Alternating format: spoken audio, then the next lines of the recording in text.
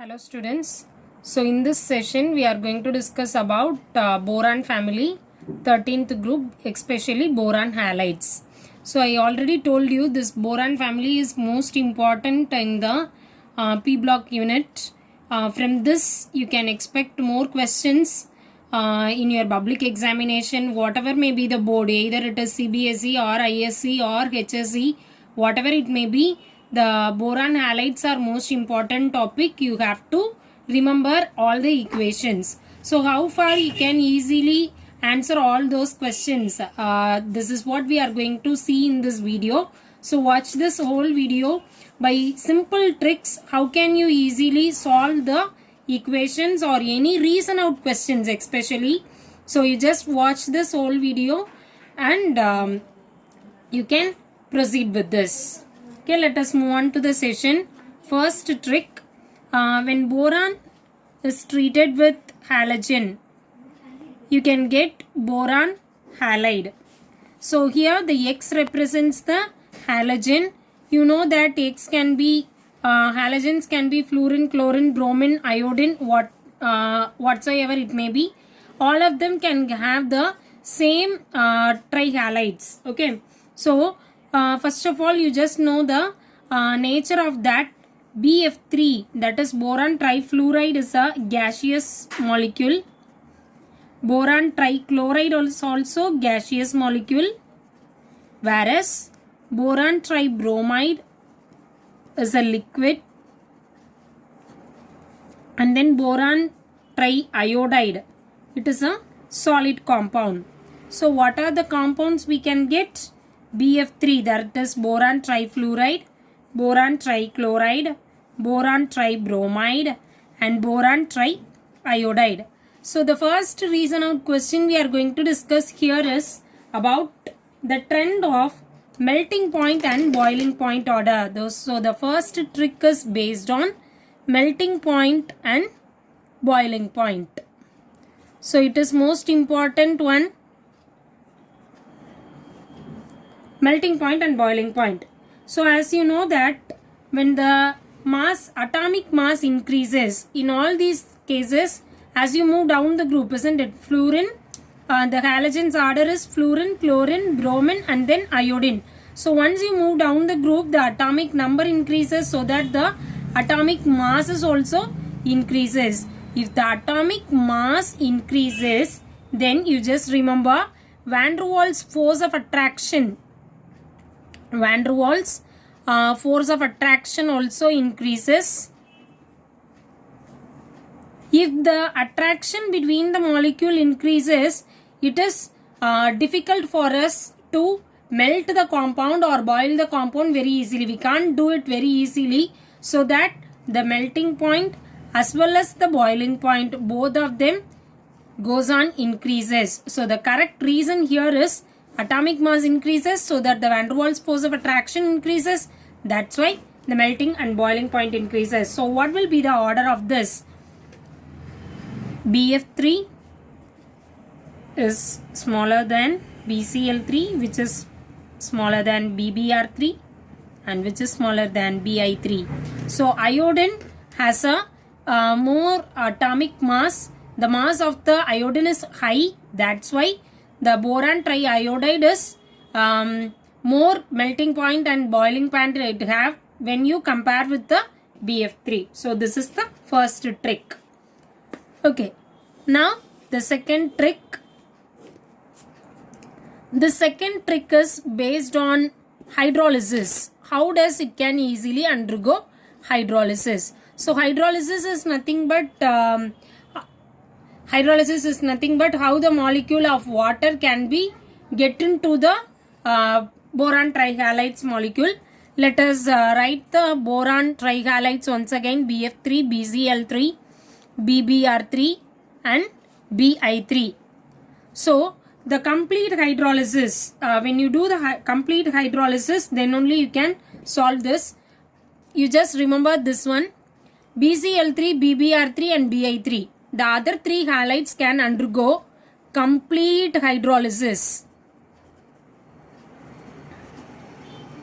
whereas this BF3 boron trifluoride, it can undergo only partial hydrolysis. So partial hydrolysis only it can undergo. Say for example, let me consider BBr3 on hydrolysis. That is, hydrolysis is nothing but addition of water molecule, isn't it? So we can get H3BO3 and HBr. I can say Bi3 can undergo hydrolysis. So I can get H3BO3 boric acid plus Hi like this. I can write for BCl3 also we can write H3BO3 plus HCl. So how does this H3BO3 comes? You just you have to know that, isn't it? So boron trichloride. There are 3 chlorine atoms, so I can have 3 Cl minus ions.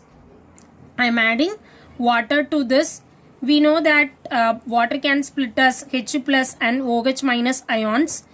If it is 3 Cl minus, then 3 positive charge has to be replaced, isn't it? So boron can have 3B plus.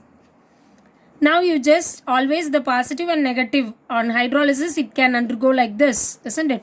So I can have 3B OH thrice. So this can be BOH thrice. BOH thrice is nothing but H3BO3. I can rewrite this. Here also if I take 3 water molecules, I can have 3 H plus ions and 3 OH minus ions. So you just do this combination. I can have 3 HCl molecules. That's why we can write like this. Okay. So all the remaining molecules, all the 3 molecules can undergo complete hydrolysis, whereas this BF3 is only undergoing a partial hydrolysis. Due to this partial hydrolysis, what will happen? So if I consider I have 100 molecules of boron trifluoride, only 80 molecules can undergo partial hydrolysis. Remaining 20 molecules can be present as such. So 80 molecules turn this into or convert this into boric acid H3BO3 and HF. Now this HF once again can split into H plus and F minus. This F minus can once again treat with BF3 and it forms a boron fluoride BF4 minus. So the continuously this reaction can happen because of this 20%. Okay, I said that BF3 can undergo only partial hydrolysis, isn't it? So partial hydrolysis means if I take 100 molecules, only 80 molecules can undergo hydrolysis, remaining 20 molecules present as such. This 20 molecules can regains this F minus and it forms a BF4 minus molecules like that. Okay, so the next trick is based on the back bonding order. Bonding, it is nothing, bonding order I can say. Okay, back bonding.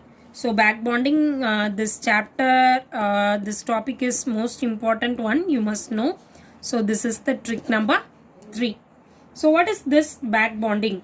So let us consider with the BF3 first. So this is what BF3. So boron atomic number 5. It is 1s2, 2s2 and 2p1. So there are 3 valence electrons here. So this vacant p orbital 2s2 can be represented as like this, and 2p1 p orbital we know it is having a only 1 electron like this. This is in the ground state. If it moves to the excited state, what will happen? One of the electron from the s orbital can move to this p orbital, so it becomes a molecule like this. Now this 3 can undergo hybridization, which is called as sp2 hybridization. So in this sp2 hybridization, the same fluorine also we can include. Fluorine, the atomic number is 9.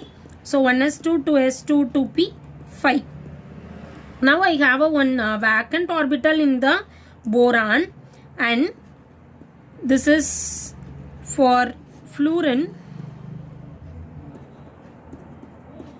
This is for fluorine, isn't it? Now this one electron from the fluorine and then the vacant orbitals from the boron can undergo this back bonding. Okay, now this is the empty shell I can mention, and for fluorine, so this is nothing but for fluorine I have mentioned like this. Now the filled orbitals of the fluorine can accept the vacant p orbital of the boron. These are the vacant p orbitals of boron. These vacant orbitals of boron can accept the electrons from the filled orbitals of fluorine. So the electrons can be shifted from here to here. So this is what called as back bonding. Back bonding means nothing but the vacant orbitals of boron can accept the electrons from the fluorine. Okay, this is what called as back bonding. So this back bonding can be represented as boron like this. Now this arrow I represented here, isn't it? So one of the bonding is here, it is delocalization. So I can mention for this, or I can mention for this fluorine, or I can mention for this fluorine also, whatsoever it may be.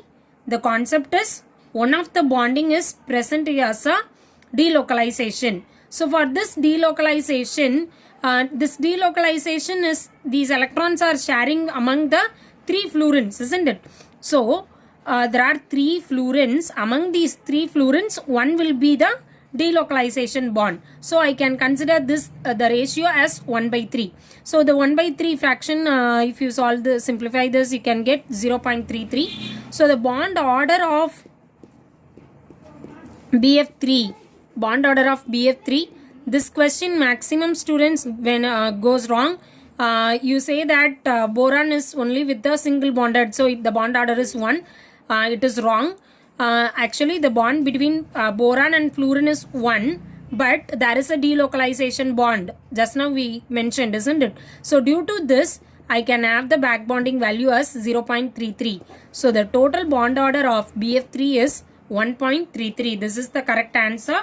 So you have to remember this. So bond order of BF3, whatever may be the exam, if it is asked, then your answer must be 1.33. Okay. Fourth trick is back bonding order. So in this you have to remember one thing.